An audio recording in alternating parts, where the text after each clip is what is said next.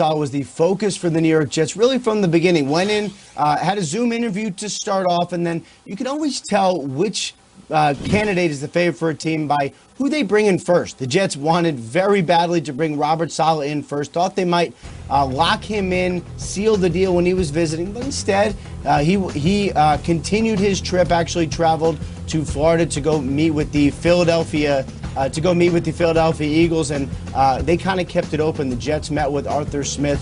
But really, this was about, for the organization, finding a leader, someone who could change the culture of their franchise, someone who also is a very, very good coach, obviously one of the best defensive minds out there. In the end, Robert Saleh ends up with a 5-year deal for the New York Jets. Mike LaFleur, the pass game coordinator for the San Francisco 49ers, his likely choice as the offensive coordinator, though they still got to go through the interview process. Meanwhile, for the San Francisco 49ers, D'Amico Ryans, linebackers coach, expected to step in for Saleh as the DC there. Either way, for the Jets, Joe Douglas set out on a wide search, wanted to find the best person, the best CEO for their organization, and they firmly believe they found it in Robert Saleh. And I will say, we're waking up here on the East Coast. I know you're here as well, Ian. Seems like New Yorkers, the publications, the bloggers, the tweets, the fans all seem pretty excited and enthusiastic about this hire in Robert Saleh. So we'll get back to you in a little bit with more details on everything going on around the league. Ian, you're the best, guys. What do you make of the Jets grabbing and getting this done? Robert Saleh is the new head coach. Yeah, let me go into a little more depth here off of Ian's report. Yeah. So Saleh left that Jets interview yesterday, and I could tell you after texting with him, he was like, I want the Jets job. He wanted the Jets job. This is the job I want. But the Jets had to finish the process out, and their process was laid out days beforehand. We were going to meet with 2 finalists, Robert Saleh and Arthur Smith. There were reports that they had multiple finalists coming in. It was never multiple people. It was 2 guys. It was down to 2. And when Doug Peterson got fired, a lot of people thought that Joe Douglas would then say, let's get Peterson in the front of the line. They worked together in Philadelphia. They had put too much work into the process and had narrowed it down that it was down to these guys. So Saleh goes down to Florida, interviews with the Eagles. And then the Chargers call Saleh, and they're like, we want to meet with you again. Now the Jets are thinking, okay, we might have to get this thing done. Once the Chargers stuff happening and they met with Arthur Smith, they were like, let's put ink to paper. Let's get this thing done. Saleh was ecstatic. He wanted to be the Jets coach.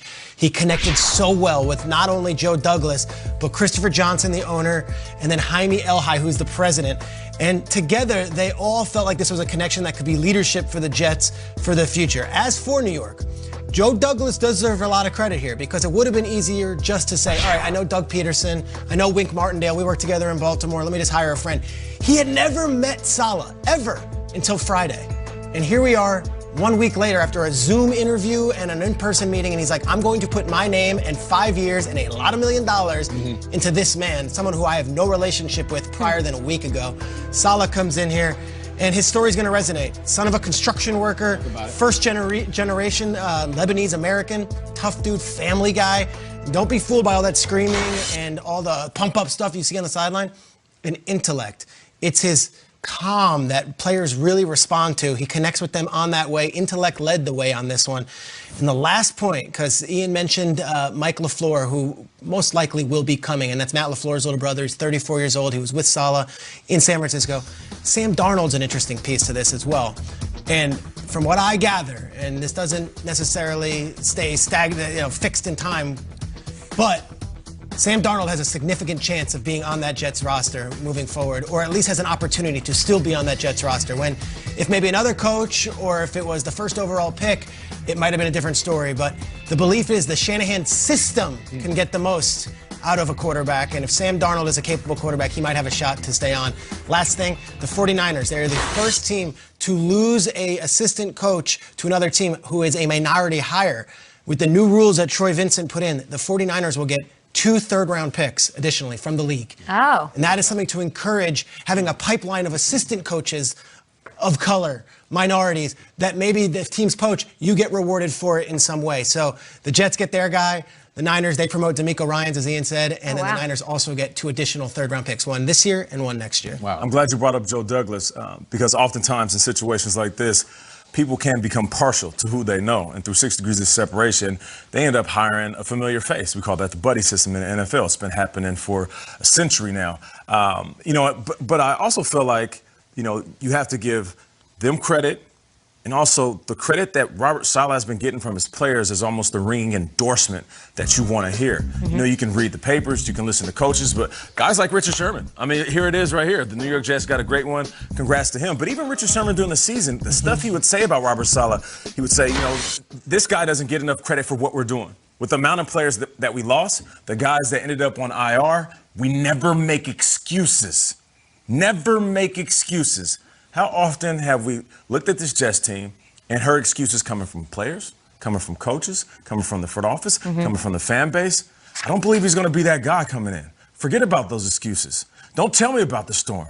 Bring the boat in. That's what Robert Saleh is going to do. And he is an intellect. You know, you see the images of him on the sideline, and he has that focus and that snare, and he's out there very intense. No, but he is one of the most intellectual, high IQ coaches out there, which is the reason why he got the job. And the last thing I'll say, it's great that he is a minority. It's great that, you know, his ethnicity can match the diversity of New York and New Jersey. I mean, that's also a great thing. Oftentimes, the faces that we see in situations like this, let's call it what it is. It's a Caucasian man that's been in the system for a long time, and that's what it is.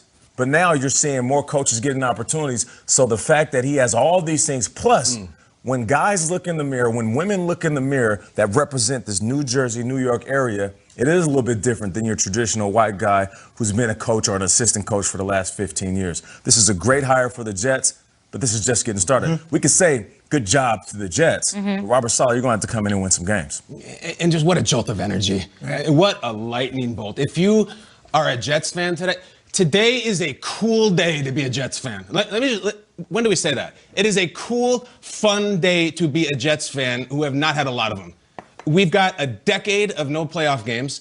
We got mono jokes about the franchise quarterback, Le'Veon Bell bowling. Even this year, they win a game and get creamed for it. Like, even their good days were bad days. And the last time we went through this, we got a new head coach, New York Jets. 10 seconds into the press conference, he's a meme, he's a joke, it's crazy-eyed Gase, everyone's already making fun of you.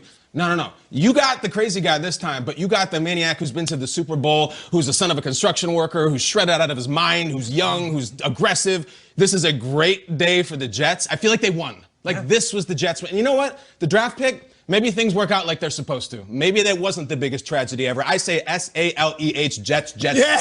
Big day for the Jets. I'm not saying really anything negative, are you? No, it's exciting. I was waiting to hear I want a guy with head coaching experience, guy, so I could say Flores, Shanahan, McVay, the other list of Reich, Flores down in Miami. They all have done it as first-time head coaches and flourishing in recent years. Let's bring in Ian Rappaport yet again. Ian, I would love a couple of things from you. Thank you for being here with us all morning long with all of this news. What's the update on Arthur Smith, and can you catch us up on how the Urban Meyer deal is coming along? No, let's start with the Arthur Smith situation, which really could break, it seemed. At any point this morning, all eyes are focused on the Atlanta Falcons. Now, Arthur Smith, from what I understand, was the top choice of the Falcons really all along. I mean, they brought him in for a second interview. He took some other trips, but this really was the guy that they appeared focused on. And he had a visit set with the Detroit Lions this morning. That visit is now off. The Atlanta Falcons have been in discussions with Arthur Smith since late last night. It seems like this is something that could go down this morning, with Arthur Smith ending up as the head coach of the Atlanta Falcons. Obviously, we will be monitoring that very closely. As far as the Urban Meyer situation, he is now a done deal, finally in Jacksonville. The belle of the ball here for coaches, the guy who I think so many people were focused on, certainly the owners for the Jacksonville Jaguars, Shad Khan and Tony Khan. They knew ever since they fired Doug Marrone, this was going to be their guy. They brought him on the yacht. They had a great meeting on the yacht, met with him again yesterday, and he landed in Jacksonville finally mid-afternoon to a Jaguars welcome mat. The deal wasn't done yet, but he walked onto a welcome mat, and then a couple hours later, the deal got done. Shad Khan called it a great day for Jacksonville, one of the most successful head coaches on the college level, now heads to the NFL to tackle that challenge. Appreciate the updates there. Ian will have you with us. He's, of course, never coached in the NFL on any level, not as an intern, not as a scout, not as an anything concerned. If that's going to be a legit concern of Jags fans going forward, we appreciate you. And the Jags social media posted this photo of their big screen saying, hey, Urban Meyer is already lighting up the scoreboard. They seem excited. Kyle, are you excited? Very excited. I have to be honest, today is the day of predictions in the NFL. I'm going to predict today that next year the Jacksonville Jaguars will have a winning record. Yeah. I believe this is what Urban Meyer does. This is what he does. This is a guy who went to Bowling Green in the MAC and gave them one of the greatest turnarounds, fastest turnarounds ever. And then he goes to Utah, shows up, immediately coach of the year, has one of their greatest seasons ever, produces a #1 overall draft pick who's going to win comeback player of the year this year. And then he goes to Florida. 2 national championships, guys, with Tim Tebow at quarterback, who proved to have a lot of limitations. And he's like, I haven't wrecked the Big Ten yet. I'll show up. Immediately kills it. There he is with Zeke. National championship with Cardale Jones, who also had huge limitations. This guy shows up, wrecks shops, and then he leaves. So Jacksonville, I can't promise this is going to be prosperity for the next 10 years, but I will be willing to bet he shows up in Jacksonville and shakes things up and wins next year, and he has the #1 pick. Wow. Immediately, there's a champion.